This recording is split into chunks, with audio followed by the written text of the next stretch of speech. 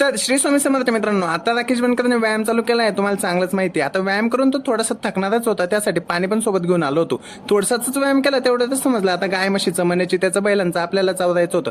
मग काय घराच्या समोर आलो, त्यांच्या मण्याचे त्याच्या घरामध्ये, आणि मग इथं आलो, सर्व काय आटोपलं, त्याला चारा टाकला आणि मी माझ्या जागेवरती घरासमोर येऊन बसलो. आणि आपला परम मित्र हर्षल राऊतला सांगितलं, म्हटलं कारचे दोघी टायर नवीन टाकले, तो बिचारा चेक करून बघत होता. ते जाऊ दे, थोडंसं बाहेर आलो ना, ते ट्रॅक्टर उन्हामध्ये तपत होतं, त्याला नेटने झाकून टाकला आणि घराच्या समोरच थोडंफार रिकामा बसत असलं, ते काही घरच्यांना चांगलं दिसत नाही. कार आणि बुलेट उन्हामध्ये तपत होती म्हणे, ते तेवढी सावलीत लाव म्हणे, नाही ते एकदम व्यवस्थित झाकून दे म्हणे. मग काय बोल, राकेश बनकरचं काम कसं आहे तुम्हाला चांगलंच माहिती. आता कोणाला समजणार पण नाही की आपल्याकडे कार बुलेट आहे म्हणून. ते जाऊ दे, एवढं उन्हामध्ये घरात बसून पण काय करणार होते, आहे की नाही. घराच्या बाहेर आलो, ग्रामपंचायत कडून सप्रम भेट भेटलेली, बादलीमध्ये पाणी भरलं आणि चिमण्यांना जे पाणी आपण ठेवतो ते पूर्ण रिकामं होऊन गेलं होतं. मग ते काढलं आणि भरून त्याच्या जागेवरती ठेवलं. आणि आता कुत्र्यांना पण ना अशा छोट्या छोट्या कॅना कापून त्याच्यामध्ये पाणी ठेवून दिलं. आणि तुम्हाला सांगतो भाऊ, जो आनंद एखाद्या पक्ष प्राण्यांना पाणी पाजण्यात असतो तो कशाचा नसतो. ते जाऊ द्या, घराच्या गच्चीवरती पण पाट्यामध्ये पाणी ठेवलं आणि रोजच्या प्रमाणे आपण भोलेबाबांच्या मंदिरावरती येतो, ते तुम्हाला चांगलंच माहिती. इथं आलो, भोलेबाबांचे दर्शन घेतले आणि रोजच्या प्रमाणे स्वामी चरित्र वाचायला सुरुवात केली.